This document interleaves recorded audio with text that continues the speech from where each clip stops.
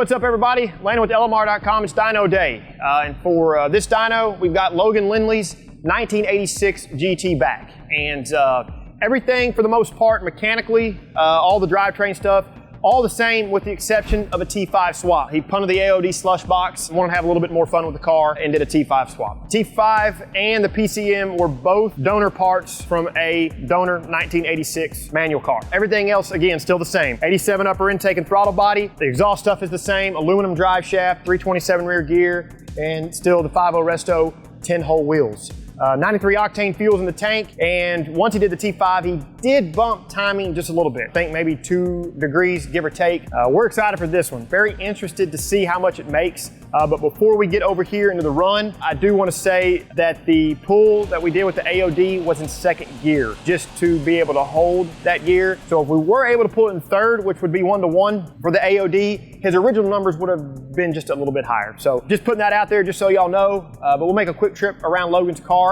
and we'll make a hit.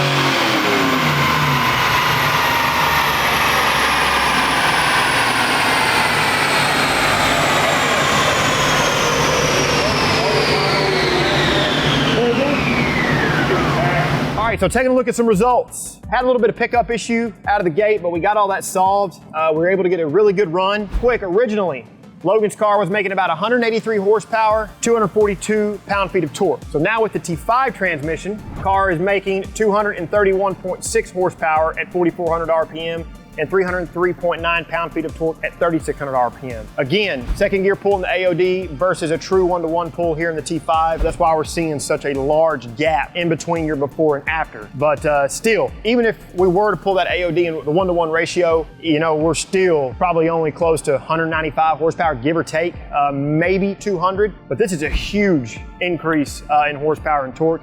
And we actually had a little bit better day to dyno when he had the AOD transmission versus today. So Logan's happy. He's been tinkering with the car all along the way with his T5 swap. He's repainted his body moldings, repainted some of his trim. And you know, like all you Fox body owners, you know, you're slowly checking all your check boxes to get the car the way you want it. So thanks Logan again for letting us dyno your car. I know you're happy with it. Shoot, we're happy for you.